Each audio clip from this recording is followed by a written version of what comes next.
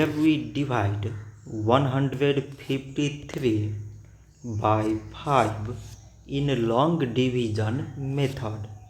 So 5 times 3 is 15. On subtracting we get 0. So now we put down this 3 and 5 times 0 means 0. On subtracting we get 3. So now there is no other number to put it down. So we take here decimal so that we put 0. So it is 30 and 5 times 6 is 30. On subtracting we get 0. So 153 divided by 5 is 30 decimal 6.